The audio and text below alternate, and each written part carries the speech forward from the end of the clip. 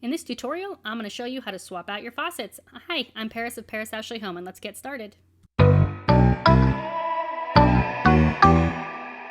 First things first, let's turn off your water. I'm going to give you a little tip. Don't do this, just hire someone. I'm just kidding. You can totally do it. It's just really hard to be inside of a cabinet in a tiny, tight space, and you are going to be very sore tomorrow if you do this. Anyways, let's get our water pipes off. So grab a wrench and twist all those thingies off and remove your pipes. Sorry, my body kind of gets in the way. It's really hard to film in a very tight space, but I will do my best. All right, so squeeze yourself in that cabinet and grab your pliers and remove all of the little gaskets. Make sure you have a little bowl because water's going to drip on you from inside the faucet even though the water is turned off. It's super fun when it drips on your face, so have a towel nearby as well. Go ahead and remove the second side and just take all the pieces off. Then you can remove the other gasket underneath the faucet handles. And yeah, just get those off. You're doing a great job. I am cheering you on. I know you can do this. All right, once you got those removed, go ahead to the top and just take them off. I do put all of my pieces together so that I can eventually give these to a friend who can use them.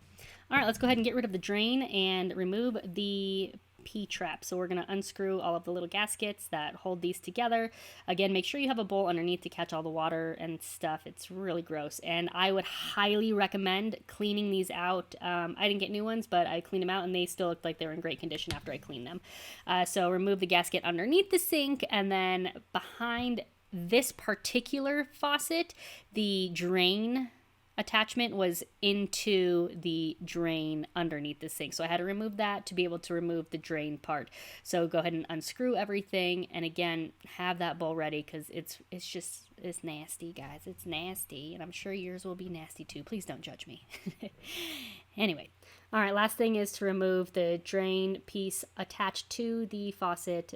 Pull that up, and we are ready to install the new one. Clean that old faucet if you are keeping it. If not, just toss it or do whatever you need to do. All right, so get your new faucet out. I'll link this faucet. It's off Amazon.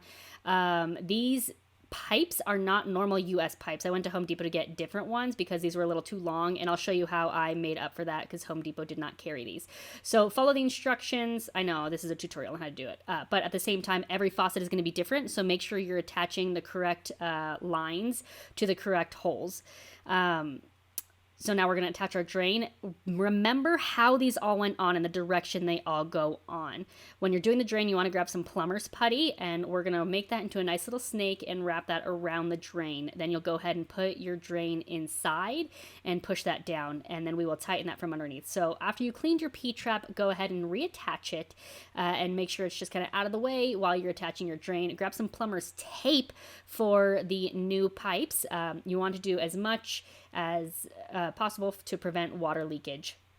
After you do your plumber's tape, we're going to go ahead and grab some more plumber's putty and attach it to the little washer gasket thing that was provided. And again, you want to make sure this is in the correct direction. I will admit that when I installed the first faucet, I put it upside down and I took entirely way too long to figure that out.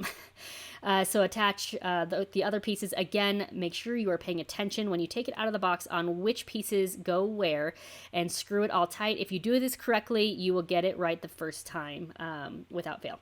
If you don't, you will struggle for an additional hour like I did with the first faucet, which is why we're on the second faucet, whereas I removed from the left side of the sink and I'm installing on the right side of the sink because the left side of the sink I was learning myself so that I could teach you on the right side. So grab your pliers, make sure it is as tight as it can go. As you tighten, you'll be able to see the plumber's putty squeezing out. That means it is making that seal as tight as possible, and then go ahead and remove that excess plumber's putty and put it back in your container. We're now ready to install the drain, so go ahead and get that gasket on the P-trap. Put your drain inside the P-trap and tighten that. That's all you need. You don't need plumber's putty on that part. I did get some additional plumber's putty for this part. Again, just learning from the first faucet, I just wanted some extra security to prevent any water leaks. So this part might not actually be necessary, but it felt necessary to me, and I had no water leaks at the very end. So it's not going to hurt. It's only gonna make it better. So go ahead and tighten that as tight as you possibly can. Again, remove any additional plumber's putty that you may need to do, and this you'll be able to tighten the actual drain a little bit more as well once you have that pipe on to grip onto. All right, let's head back under the sink in that really fun tight space and grab your little gaskets. And again, just repeating this, make sure you pay attention to how you take it out of the box and the order that all of the washers and gaskets go on.